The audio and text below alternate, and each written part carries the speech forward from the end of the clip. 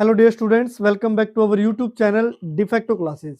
Dear students, जैसा कि आपको पता है प्रीवियस वीडियो के अंदर हम चैप्टर नंबर फर्स्ट यानी कि जैकोबियन कंप्लीट कर चुके हैं। आज की वीडियो के अंदर हम शुरुआत करने जा रहे हैं चैप्टर नंबर सेकंड की। जैसा कि आप सामने देख पा रहे हैं, चैप्टर नंबर सेकंड है बीटा एंड गामा फंक्शन। ये भी जैकोबियन की तरह बहुत ही आसान सा चैप्टर है और बहुत ही छोटा है, यानी कि 2 ही एक्सरसाइज है, बस छोटा मोटा सा चैप्टर है, जल्दी ही इसको निपटा देंगे। तो आसान भी है, छोटा भी है, दोनों काम एक साथ हो गए। तो शुरुआत करते हैं beta and gamma function chapter की। टॉपिक है बीटा फंक्शन। पहले बीटा फंक्शन पढ़ते हैं, फिर गामा फंक्शन पढ़ेंगे। बीटा फंक्शन क्या होता है, सबसे पहले पहला क्वेश्चन ये आया भाई। पहले क्वेश्चन का जो आंसर है बीटा फंक्शन होता क्या है, वो सामने बोर्ड पर आप देख पा रहे हो। द फर्स्ट यूक्लिडियन इंटेग्रल, यानी कि ये जो लिखा है ना फर्स्ट यूक्लिडियन इंटेग्रल, ये इसका दूसरा नाम है। बीटा फंक्शन कह लो या फिर फर्स्ट यूक्लिडियन इंटेग्रल कह लो, बात एक ही है। लिमिट है 0 से 1 x to the power m minus 1 into x to 1 minus x to the power n minus 1 dx, यानी कि इस कंप्लीट को ही हम क्या बोलते हैं, बीटा फंक्शन। अब आप बोलोगे सर ये क्या मतलब, ये याद करना पड़ेगा। यानी कि जो इसकी शकल का कोई भी फंक्शन है उसको हम बीटा फंक्शन बोल रहे हैं। एग्जैक्टली ये नहीं है, जो इस फॉर्म का हो, जो इस फॉर्म का हो, या x की जगह वेरिएबल t भी हो सकता है, तो यहाँ dt आ जाएगा, यानी कि dx की जगह क्या आ जाएगा, dt आ जाएगा। तो इस तरीके से ये जो कंप्लीट है विद dx, इंटीग्रल का साइन, ये क्या है, बीटा फंक्शन है। अब आगे क्या बोल रहा है, वेयर m को n greater than 0, m n की वैल्यू पॉजिटिव होनी चाहिए, इनकी ग्रेटर देन 0 का तो अर्थ यही होता है, इज कॉल्ड बीटा फंक्शन।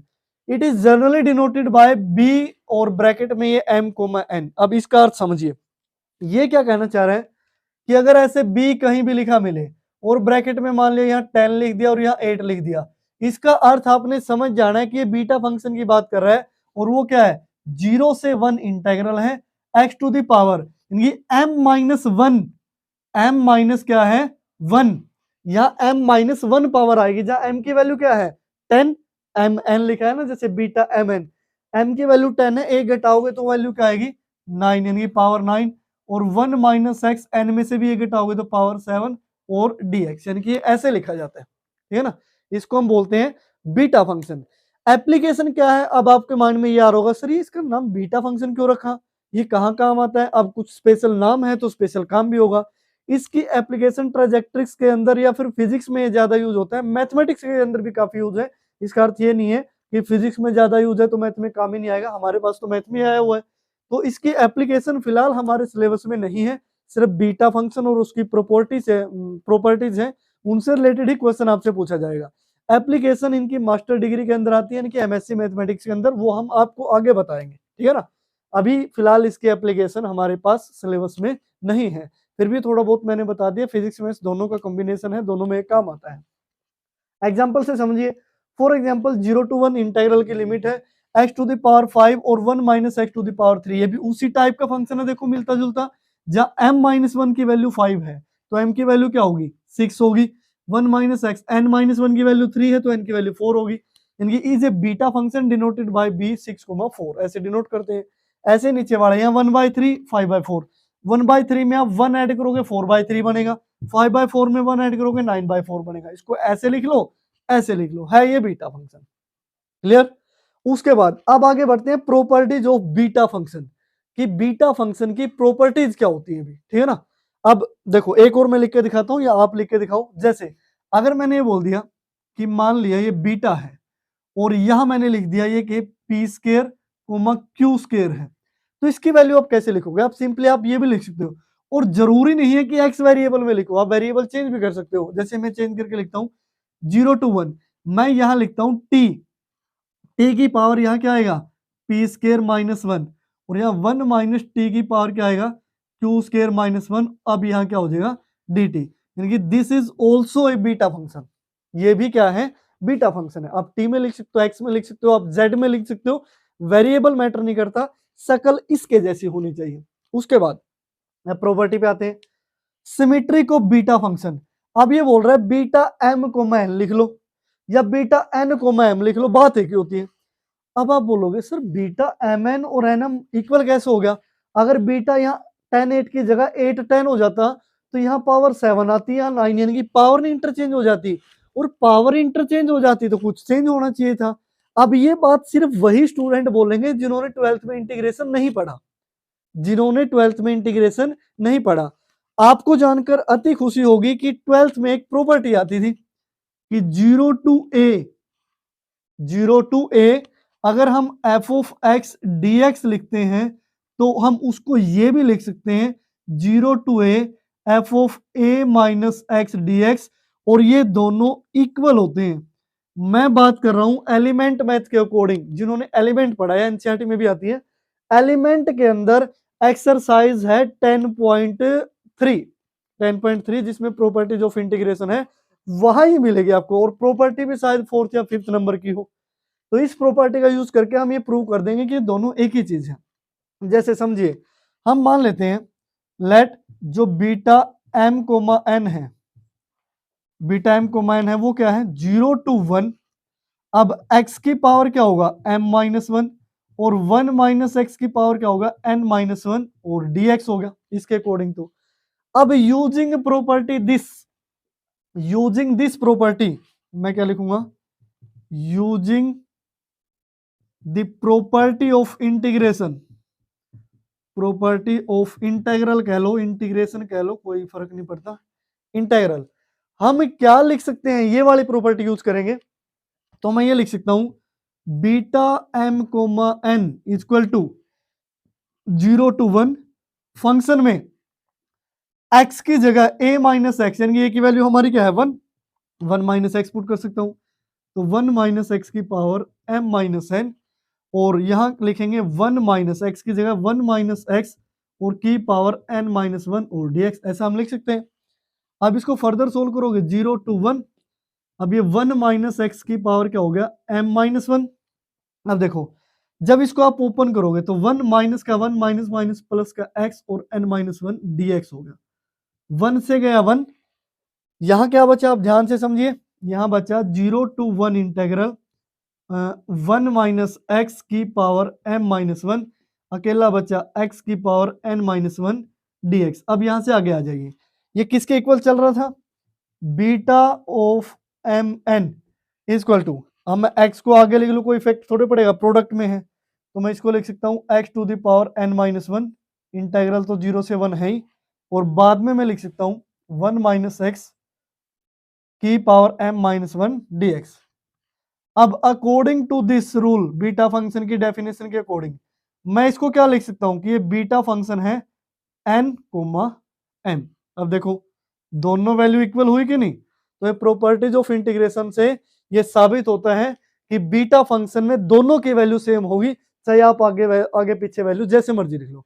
हाँ, लिखने का तरीके अलग है, देखो 6 4, यानी कि यहां से ये साबित हो गया कि अगर मैंने ये लिख दिया ना जो स्टार्टिंग में लिखा था beta 6 comma 4 equal to beta 4 comma 6, तो इसको कोई गलत नहीं कह सकता, ये क्या है 100% राइट है भी, 100% क्या है राइट है। आप ऐसा लिख सकते हैं क्योंकि वैल्यू दोनों की क्या होती है इक्वल होती है, using the property of integration. उसके बाद नेक्स्ट है another form of beta function, कि बीटा फंक्शन को हम इन दो फॉर्म में भी लिख सकते हैं, ये हमें बताना है। To show that beta m n, अब बीटा एम एन तो पहले वाला है, उसको हम इसके बराबर भी दिखा सकते हैं, ये हमें शो करना है भी। तो यहां अब मैं करता हूं सॉल्यूशन, ठीक है ना, कि ये ऐसा कैसे हुआ, इसका मैं आपको विद प्रूफ बताऊंगा। तो हम मान लेते हैं लेट कि जो बीटा एम एन अभी हमने सीखा है, जो हमने सीखा है वो तो ये था 0 to 1 x to the power m minus 1 और 1 minus x to the power n minus 1 dx, जहां पे m कोमा n है जो वो ग्रेटर देन क्या है 0, ये बीटा फंक्शन की डेफिनेशन है। अब ये क्या बोल रहा है 0 टू इनफाइनाइट दिस ये इसके इक्वल होगा, ये 1 प्लस एक्स डिवाइड में आ गया। अब मैं आपको इसके इक्वल प्रूव करके दिखाऊंगा, बड़ा आसान सा है, थोड़ा बहुत आपको इंटीग्रेशन आना चाहिए, बाकी चैप्टर डन है आपका। तो यहां से देखिए, अब इंटीग्रेशन के लिए प्यारे बच्चों अगर आपको ध्यान में हो, अगर आपने 12th में इंटीग्रेशन पढ़ा है तो इंटीग्रेशन हम 3 4 तरीके से यूज करते थे, सोल्व करते थे। एक तो सिंपल इंटीग्रेशन हो गया, x स्क्वायर का इंटीग्रेशन x क्यूब बाय 3, एक फिर इंटीग्रेशन सब्स्टिट्यूशन मेथड से आया था, फिर इंटीग्रेशन बाय पार्ट आया था, और फिर आया था इंटीग्रेशन बाय पार्शियल फ्रैक्शन, यानी कि 4 टाइप का इंटीग्रेशन क्लास 12th में पढ़ के आए हैं हम। तो अब यहाँ सब्स्टिट्यूशन से इंटीग्रेशन हम सोल्व करेंगे इसको। मैं मान लेता हूं, मैं इसमें जो x है ना, put x equal to t upon 1 plus t, x को हम इसमें पुट कर लेते हैं, क्योंकि यहां से अगर आप इंटीग्रेशन बाय पार्ट लगाओगे तो ये नहीं बनेगा और ना ये सोल्व होगा, लागे तक चलते रहेंगे, वो हमारा किस काम का, हमें तो रिजल्ट प्रूव करना है। तो मैं x को t upon 1 plus T put कर लेता हूं। अब यहां से differentiating with respect to T, इसको with respect to T dt लिख दिया, विद रिस्पेक्ट टू टी हम डिफ्रेंशिएट करेंगे। x का derivative with respect to T करोगे तो ये क्या आया, dx अपॉन dt। अब यहां डेरिवेटिव करना है, u बाई वी फॉर्म है तो v का होल स्क्वायर, यहां v as it is, u का derivative 1 minus u as it is, v का डेरिवेटिव करोगे यानी कि 1 प्लस टी का, फिर 1 हो गया, इससे ये कट गया, इनकी जो dx की वैल्यू आई dt को उस साइड लेके जाएंगे, 1 अपॉन 1 प्लस टी का होल स्क्वायर dt, ये किसकी वैल्यू आ गई, dx की वैल्यू आ गई। अब प्यारे बच्चों हमें यहाँ x की वैल्यू भी तो रखनी है t के अंदर, तो x की value in the form of t भी चाहिए, तो मैं यहां से सोल्व करता हूं इसको, ध्यान से देखिए, x इंटू में 1 plus t is equal to हो गया t, यानी कि इसको मैं मल्टीप्लाई में ले आया इधर, तो ये बचा x plus x t is equal to T.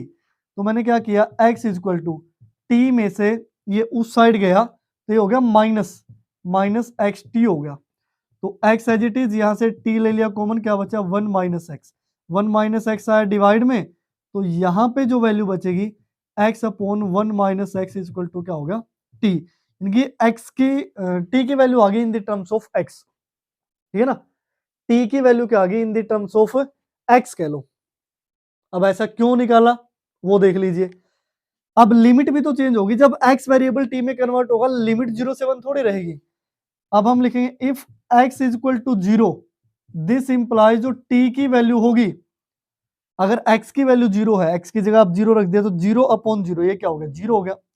अगर x की वैल्यू 1 है, दिस मींस t की वैल्यू क्या होगी, x की वैल्यू 1 पुट करोगे, 1 माइनस 1 0, यानी कि 1 अपॉन 0, ये इनफाइनाइट फॉर्म होगी, तो t किसकी तरफ जाएगा, इनफाइनाइट की तरफ। अब ये लिमिट चेंज करने के लिए हमें t की वैल्यू निकालनी पड़ी in the terms of x। तो अब यहां से जो बीटा mn की वैल्यू होगी, बीटा mn जो हमारा फंक्शन था वो किस में चेंज हो जाएगा, लिमिट तो चलेगी 0 टू इनफाइनाइट, x की जगह हमें जो वैल्यू रखनी है वो ये वाली रखनी है, तो यहां हम रखेंगे t अपॉन 1 प्लस टी की पावर m माइनस 1। अब आगे है 1 माइनस एक्स की जगह फिर यही t अपॉन 1 प्लस टी की पावर n माइनस 1। आगे है dx, dx की जगह ये पुट करना हमें, यानी कि 1 अपॉन 1 प्लस टी का होल स्क्वायर, और ये हो गया dt, यानी कि ये इंटीग्रल वैल्यू चेंज होगी। अब ध्यान से समझिए क्या बनेगा, देखो यही बीटा फंक्शन है, 0 टू इनफाइनाइट, ऊपर क्या है, ऊपर है t to the power m minus 1, नीचे क्या है 1 प्लस टी की भी पावर तो क्या है m माइनस 1 तो है, यहां आप एलसीएम लोगे मल्टीप्लाई में है तो 1 प्लस टी की पावर n माइनस 1 तो नीचे है, इनके एलसीएम ले लिया, यहाँ क्या आ जाएगा 1 प्लस टी, और ये माइनस का टी से टी कट गया तो अकेला क्या बचा 1, कोई इफेक्ट नहीं पड़ा, और इनटू में क्या है 1 अपॉन ये हो गया टी का होल स्क्वायर dt।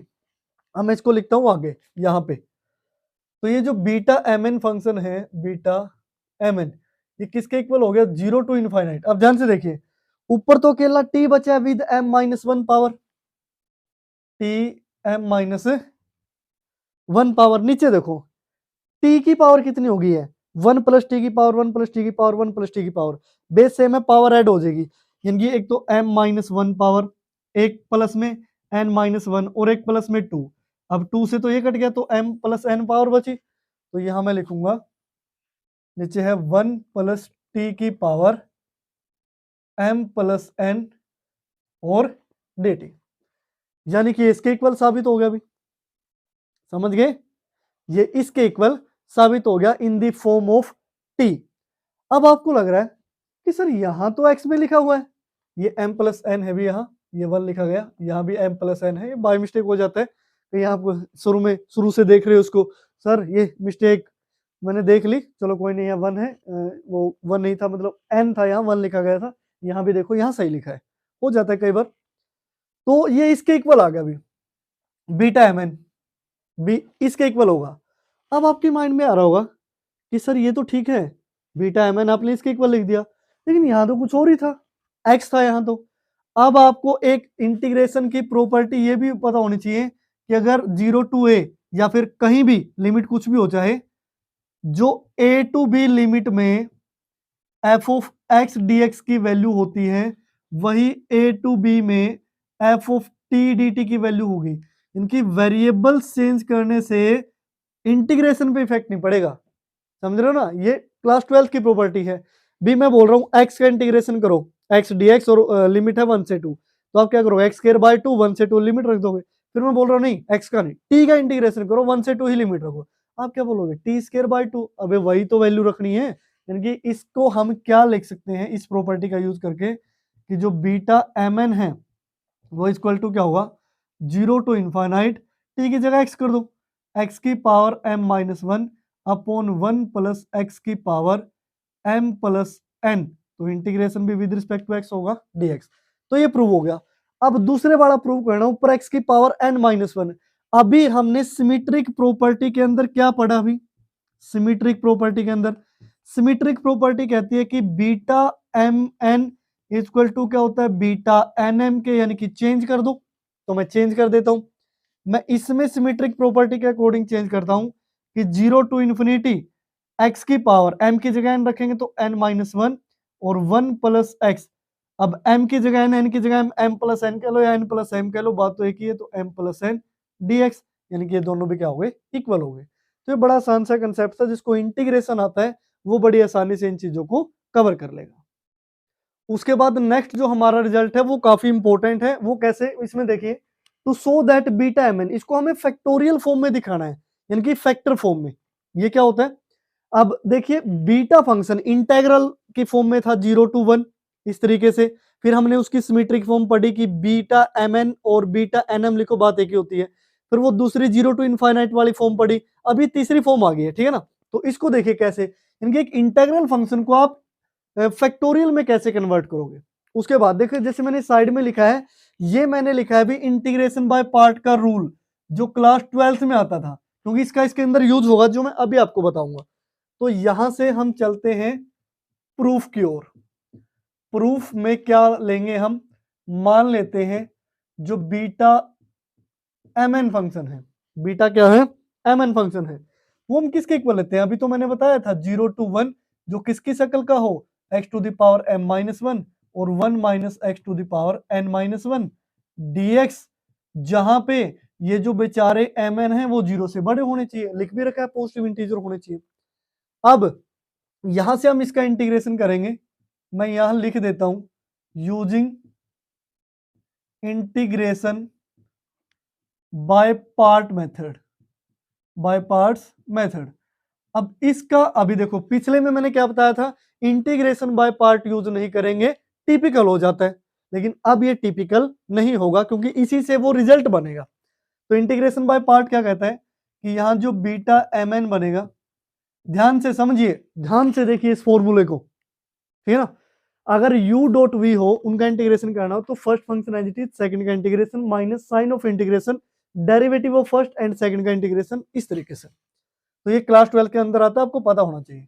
तो मैं लिख देता हूं first function as it is, यानी कि x to the power m minus 1 को मान लिया हमने फर्स्ट। मैं यहां बकायदा लिख देता हूं, कहीं आप भूल जाओ, ये फर्स्ट फंक्शन, ये सेकंड फंक्शन। तो अब यहां से देखिए, first function as it is, second का इंटीग्रेशन, सेकंड का इंटीग्रेशन करोगे 1 माइनस एक्स की पावर 1 बढ़ जाएगी, तो 1 ऐड करोगे पावर n रहेगा, डिवाइड में भी पावर है, लेकिन ये जो माइनस एक्स है ना, इसका डेरिवेटिव यहाँ डिवाइड में आएगा, यानी कि नेगेटिव 1।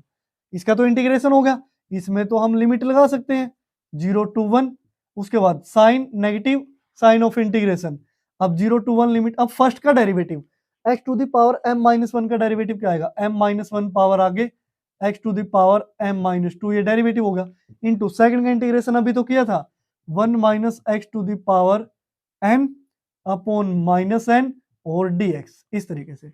अब ध्यान से देखिए, जैसे ही मैं इसमें लिमिट पुट करूंगा, अपर लिमिट 1, 1 माइनस 1, ये सारा क्या हो गया, 0 0 0 में से घटाना है, माइनस करना है, 0 पुट करेंगे x की जगह, तो ये 0 हो जाएगा 0, ये भी सारा 0 0 माइनस 0, यहाँ आ जाएगा एक बड़ा सा जीरो, छोटा लगाया आएगा बड़ा। तो उसके बाद देखो नेगेटिव नेगेटिव हो गया पॉजिटिव, यहाँ कॉन्स्टेंट को बाहर निकाल लेते हैं m-1 बाय में n, इंटेग्रल 0 to 1।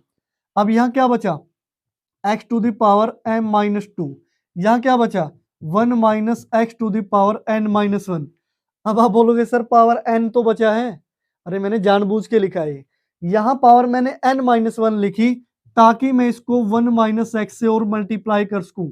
आप बताओ क्या पावर बची, सेम ही तो बची, n-1 यहाँ 1 यहाँ 1 से 1 कट गया, वही n पावर है, बेस सेम में पावर ऐड हो जाती है। ऐसा क्यों किया, क्योंकि रिजल्ट प्रूव करना है, सीधा सा अर्थ ये है। तो ये तो हो गया अभी जीरो, जो ये बीटा mn है ये यहाँ इक्वल में है, इसको भूल मत जाना क्योंकि यही हम लेके चल रहे हैं अभी। अब क्या आया m-1 by n as it is integral 0 to 1। अब इन दोनों की मैं 1 के साथ मल्टीप्लाई करता हूं तो आप बोलोगे सर बहुत बड़ा काम कर दिया आपने, तो यानी कि इतनी बड़ी मल्टीप्लाई n-1 होगी। अब कंफ्यूज मत हो जाना कहाँ x है और कहाँ n है, मैं दोनों एक जैसे बनाता हूं, लेकिन फिर भी आप लोगों के लिए ये लो x हो गया भैया, ठीक है ना, ऐसा बनाएंगे। उसके बाद फिर मैं माइनस एक्स से मल्टीप्लाई करूंगा, किससे मल्टीप्लाई करूंगा माइनस एक्स से, तो नेगेटिव साइन एक्स से जैसे इंटीग्रेशन तो है ही दोनों के साथ। अब ये जो m-1 है वो भी इधर भी जाएगा भैया, क्योंकि दोनों के साथ है। इंटेग्रल 0 to 1 एक्स की यहां मल्टीप्लाई करोगे बेस से में पावर ऐड हो जाएगी, पावर ऐड होगी तो एक्स की पावर m-1 बचेगा, और यहां बेचारा वही 1 minus x to the power n-1 और dx बचा। अब इसको ध्यान से देख लीजिए, ध्यान से आपने देख लिया beta mn equal to m-1 by n। इस प्राणी को मैं क्या लिख सकता हूं, पहले तो इस प्राणी के साथ dx लगाए, ये वाला जो प्राणी है ये वाला प्राणी, इसकी शक्ल मेरे को बीटा फंक्शन जैसी लगी, ठीक है ना, ये बीटा फंक्शन जैसा प्राणी दिखा, तो बीटा फंक्शन के तौर पर मैं इसको क्या लिख सकता हूं। अब मेन मुद्दा है वो, यहां m-2 पावर है तो हम अंदर क्या लिखते हैं, अंदर ब्रैकेट वाली जगह, ब्रैकेट वाली जगह m हो तो वहां घट के एक पावर कम होती है, तो यानी कि ब्रैकेट वाली जगह बढ़ के m-1 यानी कि एक पावर हो जाएगी, देखो एक घटाओगे यही बनेगा, कोमा यहां क्या लिखा जाएगा, इस प्राणी की जगह n लिखा जाएगा, घटा के एक कर लो, तो यानी कि beta m-1 comma n function है ये। अब मैं चलता हूं दूसरे वाले प्राणी के ऊपर, और दूसरे वाले प्राणी के पास, तो ये वाला प्राणी मिला। अब ये वाला प्राणी भी बीटा फंक्शन की शक्ल का है, जिसके साथ ही कांस्टेंट लगा हुआ है m-1 बाय n, तो इसको भी मैं लिख लेता हूं बीटा, ये तो सरासर दिख रहा है m कोमा n है, तो ऐसा लिख लिया। अब इसको ले आओ इधर, इस वाले प्राणी को, बीटा mn यहाँ बीटा mn यहाँ, दोनों से कॉमन आ जाएगा। यहां अगर पॉजिटिव में लेके आओगे तो मैं डायरेक्टली कॉमन ले सकता हूं कि बीटा mn प्राणी कॉमन, यहां बचेगा 1, यहां से पॉजिटिव होके आएगा m-1 बाय n, डायरेक्टली लिख लिया, थोड़ा सा डायरेक्टली है ज्यादा नहीं, ये इधर बचेगा m-1 बाय n। उसके बाद ब्रैकेट पहले लगी बीटा m-1 कोमा n, ये हो गया। n एलसीएम लोगे, ऊपर क्या बना n प्लस m-1, उसके बाद ये बनेगा बीटा mn, इसकी मल्टीप्लाई है m plus n-1 by n के, और यहाँ m-1 by n beta m-1 comma n। ध्यान से देखिए इसको, ध्यान से देख लिया तो n कट गया। अब यहाँ से जो बीटा mn की वैल्यू बची, बीटा mn की वैल्यू ये डिवाइड में जाएगा, तो m-1 बाय में क्या बचा m plus n-1 beta m-1 ओहो कोमा n, अब ब्रैकेट बंद कर लीजिए, ठीक है ना। अब ध्यान से देखिए भाई, ध्यान से देखिए, ध्यान से देखिए, ये इक्वेशन में 1 मान लेता हूं, ये वाली में 2 मान लेता हूं, ठीक है ना, ये वाली मैंने 2 मान ली। अब मैं क्या करता हूं, रिप्लेस m बाय m-1, क्योंकि बीटा फंक्शन में m को m-1 से रिप्लेस कर देते हैं, बात तो एक ही है, रिजल्ट तो सेम रहेंगे, m की जगह m-1 दोनों साइड करेंगे ना, एक साइड नहीं दोनों साइड। तो अब यहां से इस प्राणी को उठाकर मैं इधर ले आता हूं, क्योंकि बोर्ड इधर खत्म हो चुका है, नीचे दीवार पे नहीं लिखेंगे। तो अब क्या करते हैं, m को m-1 से रिप्लेस करेंगे, m को m-1 से, तो यहां क्या हो जाएगा बीटा m-1 और n, क्योंकि n के साथ छेड़छाड़ नहीं भी, n है सिर्फ m की जगह m-1 रखोगे, m-1 ये क्या बना m-2, तो m-2 बाय में, अब m की जगह m-1 लिखोगे तो ये माइनस माइनस यानी कि माइनस का 2 हो गया, तो m प्लस n माइनस का 2, ये कुछ ऐसा हो गया। और यहां देखो ये क्या बनेगा बीटा m-2 और n, इसको मैं थर्ड इक्वेशन मान लेता हूं, ये हो गया। तो ये बीटा m-1 इंटू एन की वैल्यू आई।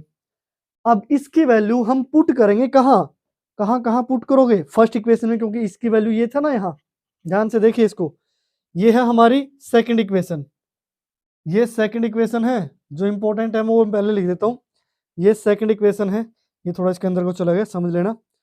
तो अब देखो सेकंड इक्वेशन में जैसे मैं इसकी वैल्यू यानी कि put this value in equation number 2, तो इक्वेशन नंबर 2 कहां है, ये कहती है कि beta m comma n is equal to, आप लिख दो m-1 bye m plus n-1, ये तो था ही, और इसकी वैल्यू ये है, साथ में ये मल्टीप्लाई में था ना बीटा m-1n, तो ये लिखा जाएगा m-2 भी आ गया साथ में, एक और भाई साहब आगे m प्लस n-2 आ गया, और यहाँ क्या आ गया बीटा m-2 और n, ठीक है ना, इस तरीके से।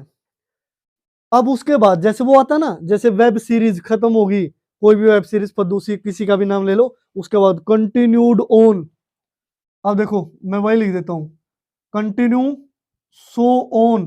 अगर हम इस तरीके से लास्ट तक चले जाएं, कहां तक चले जाएं, लास्ट तक, लेफ्ट साइड में तो बीटा एम एन हमारा चल ही रहा है, अब लास्ट तक जाओगे कहां तक, ये भी तो बताना पड़ेगा ना, यानी एक बार किया, 2 बार किया, 3 बार किया, मैं लास्ट में जब तक यहाँ 1 ना बन जाए, ऊपर क्या ना बन जाए 1, तो मैं यहां लिख देता हूं m-1 m-2, सो ऑन में इतना चला मल्टीप्लाई में 3 to 1 आ गया।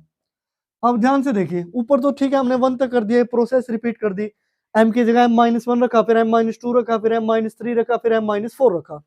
अब देखो m-1 रखते ही m-2 बन गया, फिर आगे m-3 बनेगा, m-4 बनेगा, m-5, ये पैटर्न बन गया।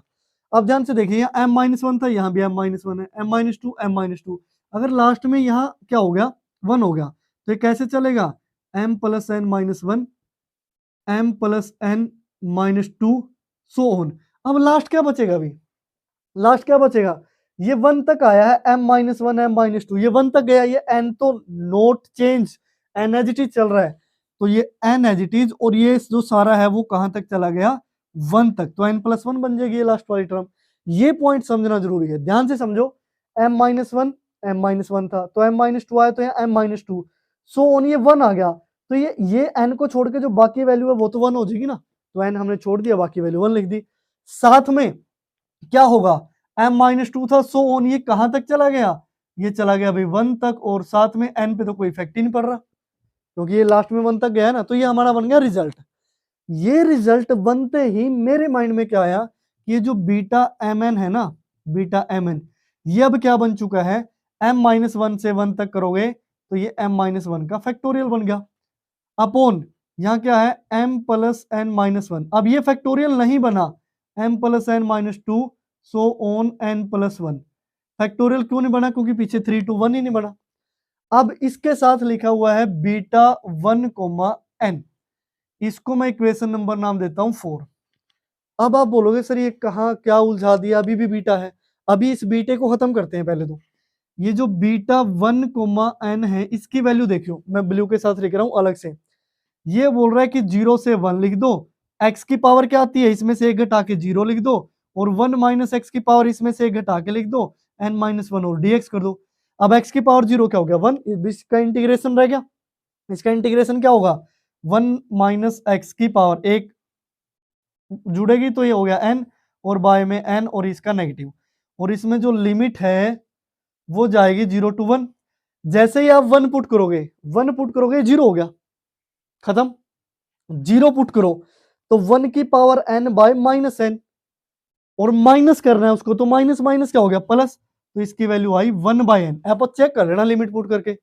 अब इसकी वैल्यू 1 बाय n मैं यहां फिक्स कर दूंगा, यहां डाल दूंगा इस वैल्यू को, ठीक है ना, तो यहां से वैल्यू क्या बनेगी beta m comma n is equal to m-1 का फैक्टोरियल डिवाइड में, अब ध्यान से समझना, m plus n-1, m plus n-2, so on n plus 1, और ये इसकी जगह 1/n रखूंगा तो यहाँ क्या आ जाएगा, n आ जाएगा।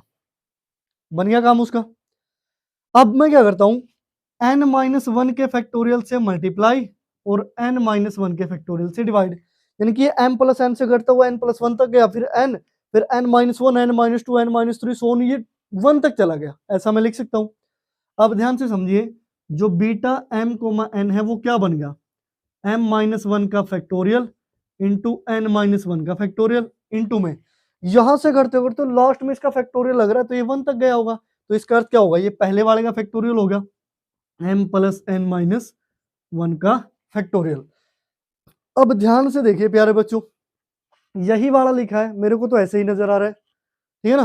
तो this is our final result, जिसको मैं बादलों में बंद कर देता हूं भाई। तो ये हो गए बादल बंद, और इस बादल के साथ ही टॉपिक भी हो गया कवर, यानी कि आज हुआ दी एंड। अरे आज का मीनिंग ये नहीं, टॉपिक दी एंड हो गया कि बीटा फंक्शन का इंट्रोडक्शन खत्म हुआ। तो डियर स्टूडेंट्स, आज की वीडियो के अंदर जो हमने कवर किया वो ध्यान से समझिए। वो पहला टॉपिक था बीटा फंक्शन, पहला टॉपिक जो हमने कवर किया बीटा फंक्शन। फिर सेकंड, उसकी प्रॉपर्टीज पढ़ी हमने, प्रॉपर्टीज में पहले क्या थी, सिमेट्रिक वाली, सिमेट्रिक वाली, दूसरी क्या थी, 0 टू इंफिनिटी वाली, तीसरी क्या थी, फैक्टोरियल फॉर्म, फैक्टोरियल फॉर्म। तो इस वीडियो के अंदर हमने ये टॉपिक कवर किए हैं अभी, जो अच्छी तरीके से समझना जरूरी है, वरना एक्सरसाइज नहीं होगी। जब भी अब आगे नेक्स्ट वीडियो आएगी भी, नेक्स्ट वीडियो में मैं आपके लिए लेके आऊंगा एक्सरसाइज 2.1, ठीक है ना। नेक्स्ट वीडियो में आपको मिल जाएगी एक्सरसाइज 2.1। तो डियर स्टूडेंट्स, अगर आपने वीडियो पूरी देख ली है तो आप एक बार कमेंट बॉक्स में मेरे को जरूर बता दें कि वीडियो आपको कैसी लगी। अच्छी लगी है तो लाइक करें, जैसे भी रिव्यू है वो आप कमेंट बॉक्स में लिख दें, और चैनल से अपडेटेड रहने के लिए चैनल को सब्सक्राइब करके बेल आइकन प्रेस कर ले, ताकि वीडियो डलते ही सबसे पहले नोटिफिकेशन आप तक आए। जल्दी मिलते हैं नेक्स्ट वीडियो के साथ।